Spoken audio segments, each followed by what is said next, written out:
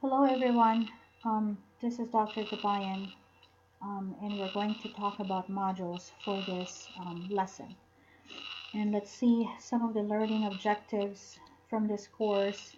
We're going to talk about how you can define them, what are local variables, how to pass arguments to modules. And this is going to be part one of modularization, so the video is not way too long, so I'm going to split it up into two. So first things first, when we talk about module, there's so many words that goes with it. It can be group of statements, it can be let's say group of instructions, right? And the main reason why we're going to have our program modularized or creating different modules, we have a couple of benefits. If it's way too big, you can actually break it down into different subroutines or different subtasks. So it's easier to actually fix smaller tasks um, than dealing with the bigger one. So let's go through some of benefits of modules. One is simpler code. Um, Programmers' code tends to be simpler and easier to understand when it is modularized. So several small modules are easier to read than one long sequence of statements. So that's for one. Code reuse. Modules reduce the duplication of code within the program. So this is very helpful. So you can call modules um, many times. And this benefit of using modules is known to be code reuse if you are writing the code and perform a task once and then reusing it each time you need to perform that task. So that is one. Next is better testing.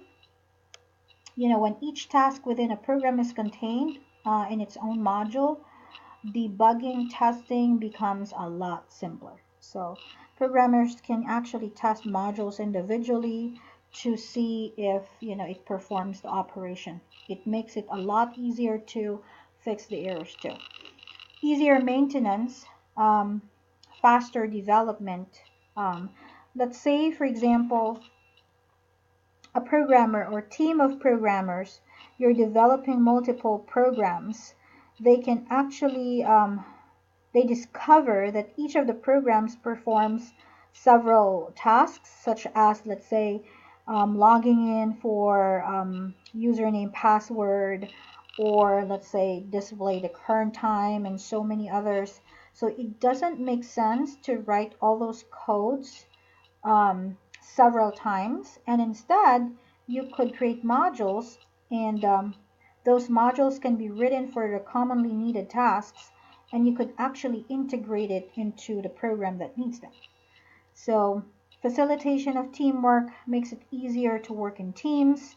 um, you're developing a set of modules to perform those tasks, and you could just assign the job of writing different modules. So those are the different benefits of that.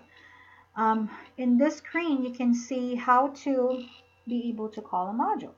So to be able to do that, you need to have module names. So in this example, I'm defining um, show message. Okay, that's the name of my module.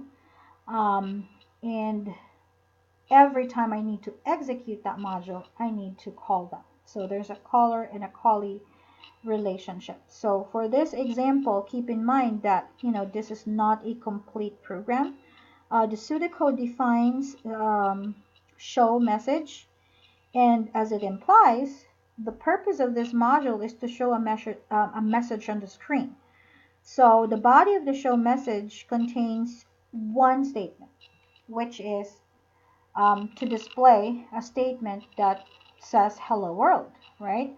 So notice every time that I need to call show message, it will display, something um, on your screen, because, when you execute a module, you will be able to see what is being called. Now, a module's name should be descriptive. So how to actually create those. It's like having a variable. Um, no punctuation, cannot begin with a number, and no spaces on a module name. So those are just the guidelines. Moving forward, two parts, actually three parts of a module. First thing is having a header. So this is just the starting point of any module. Body would be block of codes or different statements inside of that module. And the last one is the return statement. We're going to expand that part as we move forward the course. So a call must be made to the module in order for the statements and the body to execute. So let's say this one, this is, let's say, my main module. Um, it displays, I have a message for you. I am calling show message. By the time that you call show message, it jumps to this part. If you can see, I am having my call, and then this is going to be executed. It goes on the body of that module. It will perform and execute different statements. It so happen that I have one in here, and it will display hello world. Now, another thing is, what if I have another call show message right here after display that's all folks? Let's say I would like to have another call show message again. What will be displayed on the screen? It will actually display to hello world. So you can create, or should I say, you can call the module as many times as you wish in your program, but you don't have to create the body all the time. So that's the advantage. Now, if I'm going to show that on a flowchart, so in drawing a flowchart for a module, the starting terminal symbol shows the name of the module. So this part in here, they are not even connected with an arrow, right? So this is my main flowchart, okay? This shape in here is a new shape that we're using for this lesson, for this chapter. And it has a double-sided line. It's a rectangle with double sides, like two lines. And that pertains to a module, okay? So this is the main, this is a display. Now, when your program hits show message module, it stops there, it goes here on the right side. They are connected to one another, even though there's no line, because of the name of your the name of your module. So this is show message, this is calling that show message. You see the difference? If it's a flowchart, you don't have to put the word call. Now let me go back. This one is the pseudocode for that flowchart. So on a pseudocode, you would see the word call. That means you want that module to be executed.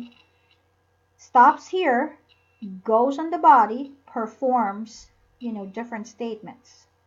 Now, if you see this end module, it goes back here, display other statements if you have some more, and then end of the program or end of the module. Now, when you look at the flowchart, this part here is very important, because when you run show message or when you call show message, goes here, displays hello world, and you can see here there's a return. You did not see this one in a pseudocode, right? Return means I need to return where? On the main function. If you accidentally put stop or end on this part, that means it's going to stop your program. What will happen? It will not go back here. It will not even display that's all folks. So they may not be connected with arrow signs or arrow symbols, but they are connected because of the name of that module. So that's how it looks like when it comes to, when it comes to a flowchart. So a top-down design demonstrates how module works, okay? So just as important as understanding how module works is understanding how to design a modularized program. So typically programmers, they use a top-down to break down algorithms into modules. And this process is performed on three manners. First is overall task is broken to perform into series of subtasks. Second is you need to examine, okay, those subtasks to determine whether you need to break it down into more subtasks. Okay, so this step is repeated until no more subtasks can be identified. So you're somehow filtering, hey, what are the other groups that needs to be, that you need to further broken down.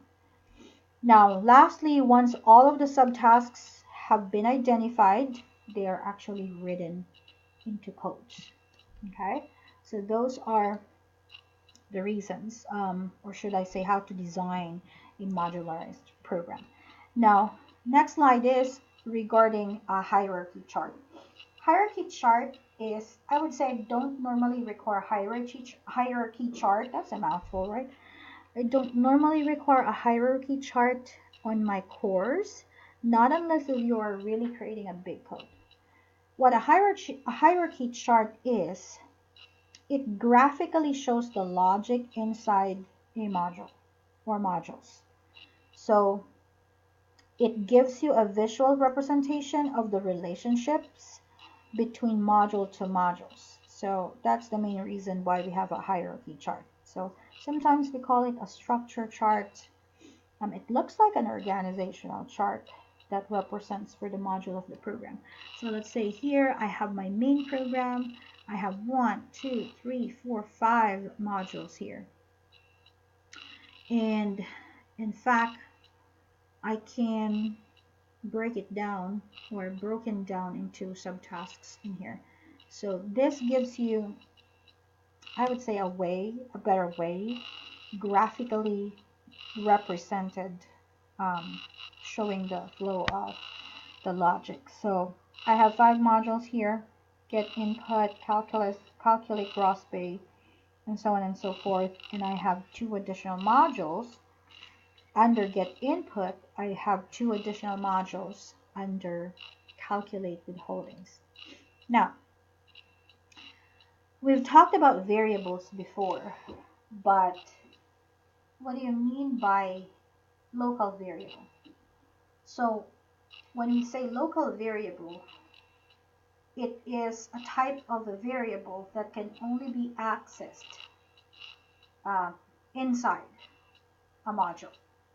So you use this one if you think that you're not going to use a value. It can be a value, it can be a string, anything like that. And it makes debugging a lot easier if you have a local variable. So it's just saying, hey, this is part of my scope. It's only going to be accessed. It's only going to be processed within that module. Okay? Now, in most programming languages, a variable that is declared inside is a local variable. Okay?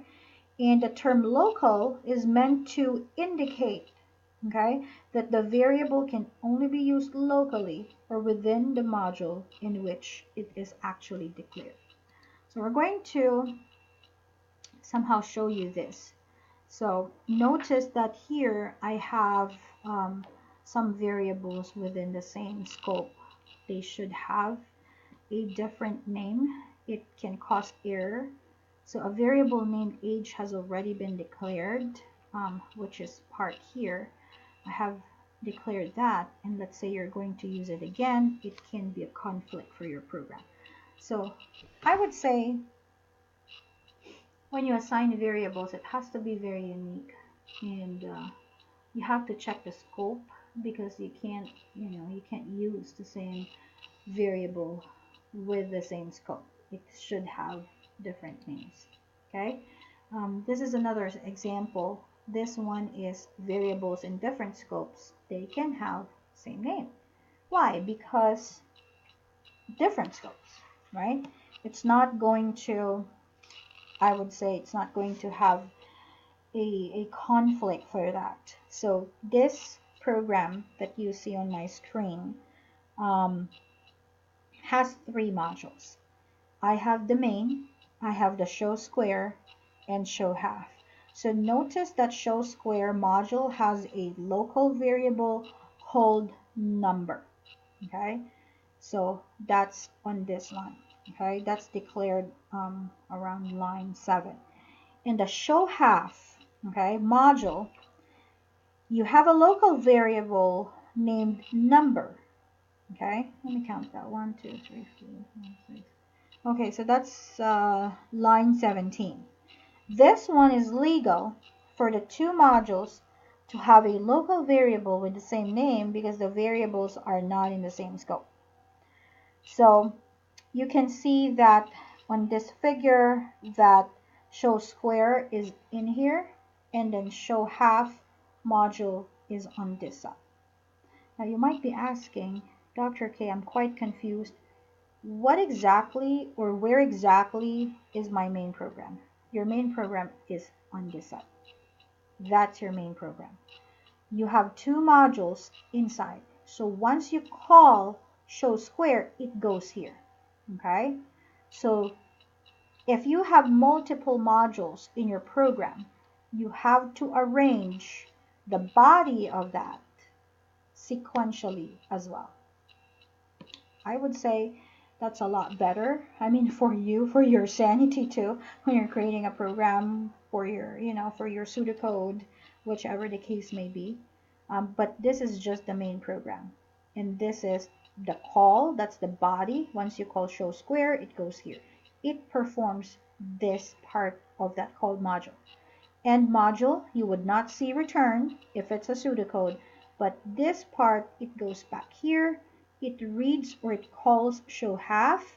It goes here on the show half, executes the rest of the other statements. End module, or should I say return if you are on a flowchart, goes back here and an end of the program. Okay, so I know it's kind of tricky when it comes to pseudocode in a flowchart. It looks quite differently, but that's how it looks like. So that's going to be all about your local variables. What are the local variables? Number and square. They both have the same name, but they are located into a different module and a different scope. Okay? Now, let's talk about how you can actually pass arguments to a module. And what do you mean by an argument? So as I've said, this is going to be in two parts because, it's going to be very long for you.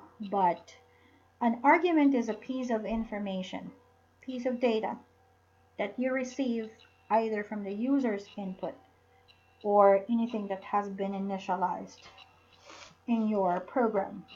And that is being passed into a module when you call that module. Okay?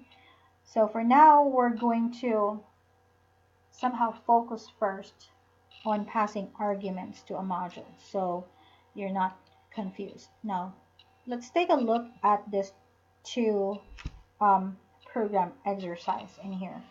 Now, on program 3-4, it has three modules. Okay, I have my main. Okay, actually, you have only one module in here.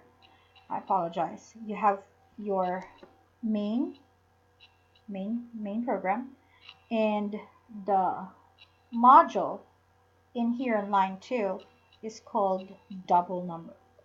Okay, so again, you are calling double number, and if you see inside of that open and close parentheses, you would see 4.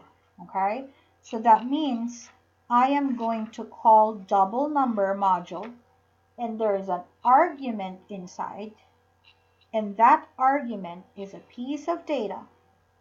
It can be a whole number, it can be anything, it can be actually nothing, but for this discussion, I'm going to show you how important arguments are. Okay, so if I call double number, okay, I am going to get 4, which is an argument, and this one is copied into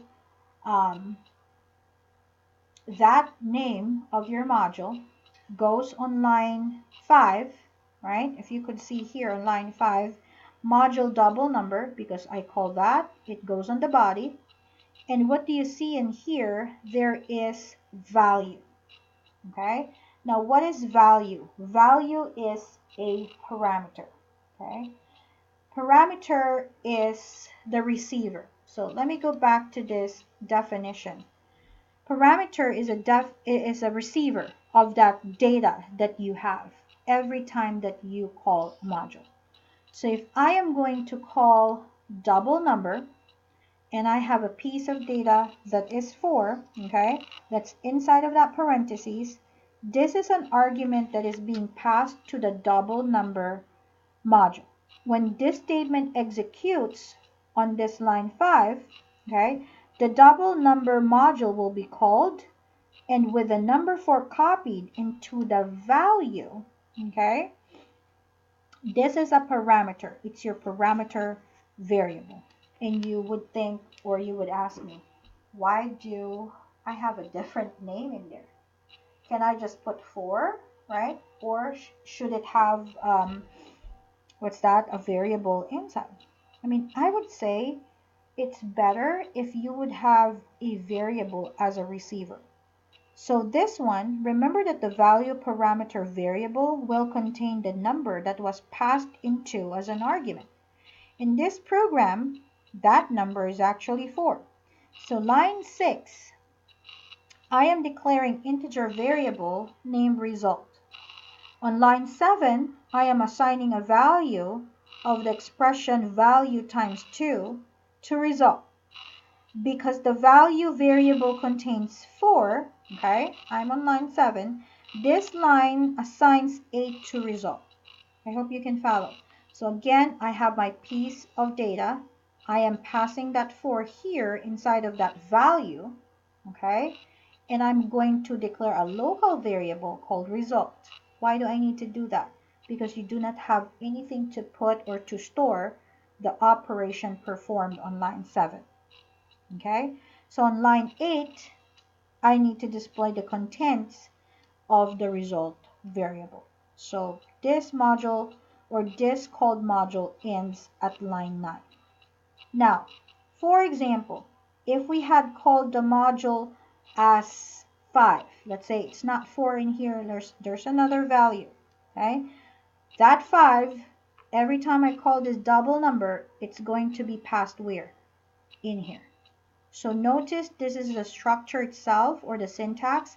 I'm going to put the data type, and since 4 in there is a whole number, I'm going to use integer as a data type. Okay, and this is your local variable. I am going to carry 5. This time it's 5. I'm going to multiply it by 2. So you would have 10. I would store it to result. I'm going to display result. Now keep in mind on line 8, this is not inside a double quotation. Why? Because I would like to display not the word result, but the result or the output of the operation performed from line 7. Okay? Now, moving forward to your program 3-5 in here, this is another, example. I'm going to have a declaration at the very top. If you can see, I have a declared number. Enter a number and I will display that number doubled. Okay. Next line, line 5, I input a number. Let's say the number is 10. Okay. I am calling double number. Okay. What is inside? This one, instead of an actual number, I am basing that data from the value that was encoded from line 5. So there's, so many instances that you would think, hey, what are arguments really? That's the piece of data. Either the actual value that is inside of the called module, or something that has been declared and encoded by the user. So let's say 10, that 10 is inside of this number. So when I call that double number, it goes here at line 9. It will pass that 10 to value. Okay, so they have different names. Why do they need to have different names? To signify that this is the argument and this is the parameter. So again, argument, parameter. A comes before P. That's one technique that, I want you to somehow remember. A comes before P. It's like having, your alphabet. You're passing 10, let's say 10. Let's say I encoded 10. I pass that one to value. Okay? So provided that I have 10 in here, line 10 and 11 and 12, they're pretty much the same here. So 10 times 2, I'm going to display 20 to result. Okay? I have it double. Now keep in mind, this one is passing single argument to your module. But you might be thinking, can I pass two values? Can I pass multiple, right, arguments to my modules? Absolutely, you can do that. So if that's the case, you can actually have it sequentially. Let's say here you have, instead of 4, you have, let's say 4 comma 10. That means you should also have 2 parameters to catch it. So it's just chronologically arranged. So this is an example. If I would like to pass an argument to a module that contains multiple parameters or multiple arguments passed to your parameters. So let's say I would like to get the summation of two numbers, exclusive numbers that you have in this example. I have my module main. I'm displaying the sum of 12 and 45. I am calling show sum that has two arguments, 12 and 45. It's going to go to the body, or this one. It goes here. So every time I call this, it goes here. Now notice that 12, I'm going to pass that into the first parameter variable. 45 is going to be passed here on the second parameter. Okay? So you could use X, you could use Y. It's up to you, whatever name of the parameter that you like. But, automatically, whatever the sequence that you have here, it's going to sequentially receive that information. I'm going to declare a local variable. I'm going to add those two numbers. I have 12 and 45, and I would store that one to result and display the result. Okay? So that ends our discussion. This is way too long already, but I hope you find it useful. I'm going to see you on the second part of, modularization. And let me know if you have any other questions. Send me your message, and let's have a productive discussion for this chapter. You have a great day.